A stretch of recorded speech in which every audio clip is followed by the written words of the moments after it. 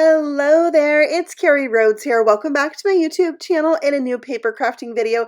Today I'm sharing with you a super fun shaped shaker tag that I am making out of this die set from Trinity Stamps called the Tip and Sip coffee mug. Now this can go like on a card, but I wanted to turn it into a Christmas tag.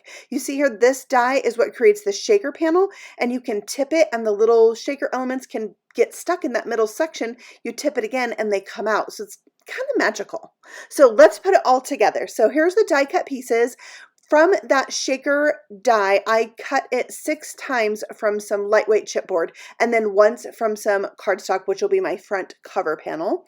And then I have the solid piece and the decorative elements and the lid, and it's all going to stack up together and create this fun shaker element that you could put on a card, and you could also use it as a tag. Okay, so from the solid die, I die cut a piece of window sheet or acetate to put on the back of my cover piece. That's the cardstock layer. I'm going to attach that with some liquid glue and just let that dry while I work on the other elements. So you can see there, I'm just making sure it's nice and lined up so none of the window sheet will show through on the front side. To help that dry and lay flat, I'm just going to put a heavy acrylic block on it. All right, so here's one of those lightweight chipboard pieces. I'm adding glue to it, and then I'll put the next one right on top, and I'm just going around feeling the edges and making sure that I get it stacked up. Now, no matter how hard I try, it always seems one or two of these is off, like a millimeter, a hair. I try so hard. So if you don't get it exactly perfect, it's probably fine. A lot of my elements are white, which is why I have the white chipboard there, and it's going to work out. So then when I get to the last layer, or the 6th lightweight chipboard piece, I'm making a hole in that one, and this is where I'm going to add the string to turn this into a tag.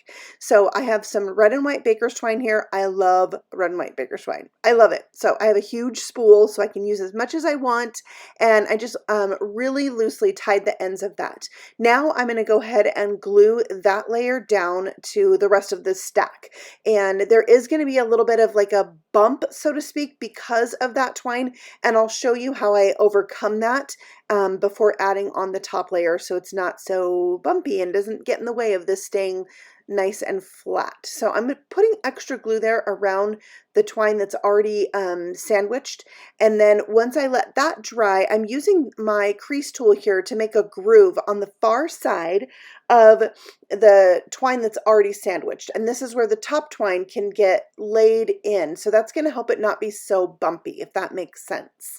All right, now we're moving on to the back panel. This is what is going to be like my cocoa or my coffee layer. You're going to see this through the shaker. I'm using 3 different colors, but it's really not necessary because the middle section of this is totally going to get covered up. So if I was going to still want this like ombre effect, I think I probably would have only done 2 colors and done my darkest color, which is ground espresso, and my mid-tone at the top, which is the gathered twigs, and just eliminated the tea dye altogether. However, I really love doing this. I love making my own ink blended backgrounds, and it's especially easy with the Blending Buddy brushes from Trinity Stamps. They are hands down my favorite blending brush. They are just really easy to hold. They have a big curved bristle brush.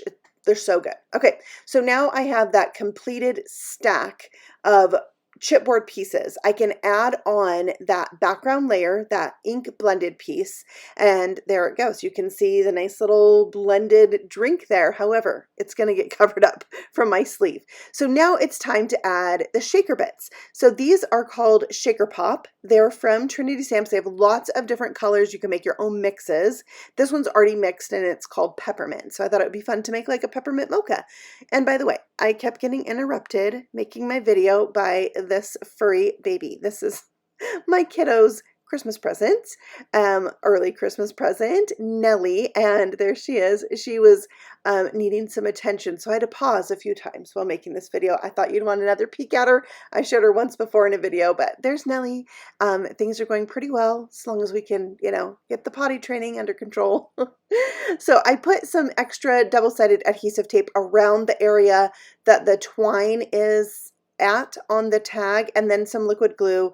I put plenty of double-sided tape or rip and stick tape on the back of my cover piece, as well as liquid glue so it would stick really well, and I had a chance to scoot it around so I can make sure it's nice and lined up.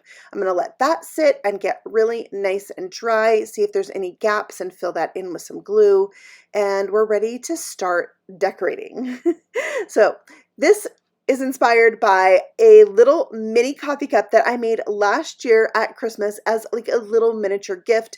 I put like some candy in it and stuff, and for my husband. So it was a fun little thing. He loves Rudolph. So I wanted to turn this into something similar inspired by that.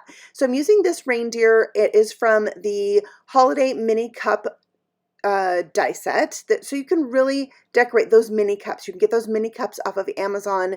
They're really fun to do, and there's like a penguin in there, a snowman, a Santa, some ornaments, some snowflakes. You can really have fun with it. I love decorating those mini cups, and that's the perfect die set to do that. Trinity Stamps also has die sets for mini cups with other things that aren't holiday. I haven't used that one, so it's in there though. All right, so I just did a two-tone effect by cutting off the antlers from a lighter shade of cardstock, which was a little bit shimmery, so this would be more two-toned. I glued that down to a red craft foam piece that's glittered, and then I'm going to add on some beads for the eyes. These are really baubles, black-eyed baubles, and I'm going to take the tiniest one and glue it right there for the eyes, so I don't have to paper piece a tiny piece of paper. These baubles are perfect for eyes. They come in like 4 or 5 sizes, so you can really use them for lots of different die cut things. All right, then for the nose, I couldn't leave it just like that. It needed a little dimension, so I'm going to use this the largest bauble, the really big one from this set. It's lipstick red baubles. Now the red glitter paper is going to show a little bit on either side. I don't really care. I'm going to leave it. And then I'm adding my sleeve to the front of this shaker, which is going to hide that mechanism, so people won't really know how the little shaker beads are getting trapped up there. But here's the thing. I put way too many in mine. Way too many. So it doesn't allow for many of them to disappear. I just got like really excited about those cute beads and kept putting them in and adding more. And here I decided to change the lid for my cup to black. The white just wasn't translating well. So I changed that up, even though on my inspiration piece, the lid was white. I thought the black worked better here. Also in that holiday cup set, there was a rectangular tag. So I'm going to stamp to and from the holiday tag helper set. And that's going to be the like tag on my tag where I can write to and from. Yeah. And there it is. It is stitched around the outside. So I love that it already has the hole. So even though it's just like a basic rectangle, it's not basic. It's extra. It's fun. So we're adding that. I undid my twine. I'm putting that through the one that's on the bottom, so to speak. And then I'm also going to help stabilize this in 2 ways. So I know I tied it off there, but I am going to undo that and do something else with it. I'm going to tie that knot, that double knot, down closer to the tag itself, and that's going to help it not move around as much. Now, I want to have this be one of the tags that I reuse from year to year, and so I am going to stick down this part that says to and from because I don't want it to get ripped off easily. I have a bunch of tags that I've handmade that I reuse. You know, just put it on the same person's present the next year, and they're just like special tags because I've put this, you know, extra time and love and effort into them. So this is going to be one of those, and now that little part's going to stay put where it's at. I wanted to embellish this also with one of my favorite embellishments from Trinity Stamps. This is the Holly and Berries. It is like a metallic confetti, and the leaves are embossed with like that veining detail. They're so good, and there's so many in that little container, and you only usually use like one set of holly and berries, right? So it'll last you forever. I love it. So here I'm going to try to show you the tip and sip method here of hiding those, and you can kind of see some of them go away and they come back, but I do have one that I made for Halloween. I am going to show you in this video, so stay tuned. You can really see how it works, or how it's supposed to work. All right, I'm adding a few more of those lipstick red baubles on either side there of my main focal point image, just for some decorative vibes there. I like that. It kind of looks cute. So there we have it. All right, let's try this again. You see there's a bunch of beads. Okay, I'm going to try and get some of them to disappear. Now there's way less beads, but you just can't really tell if you don't know what it's supposed to do. So here's what it's supposed to do. See how most of those beads got trapped in the center, and then I can tip it back and refill up the bottom. So when I was putting the beads in my Christmas one, I got way too many in that middle section. So there's what not to do and what to do for this. So there it is covered up, and you can see like it's a nice little surprise where the beads disappear. I think it's really cute. I do like the beads trapped in that topmost pocket there, panel, section. It's a section. Yeah. Okay, so let's move on. We're going to decorate the back of this to finish it off because I got a little smudge of ink on the back from doing the ink blending. So I just re-die cut the solid cup, the sleeve, and the lid. And I can put those three pieces together, which by the way, these three pieces alone make a cute little element for a card. You wouldn't have to make it a shaker at all, right? You would just use these three pieces. And the lid has embossed detailing on it from the die, so it really, you know, brings it to life. And then I just stamped the Merry Christmas from that Holiday Tag Helper stamp set to add a little something special there on the back. So that completes my tag inspired by last year's cute Christmas thing. I think if you have a good idea and you love it, you can use it repeatedly. Keep it in your like little tool drawer and pull it out and use it again and again, right?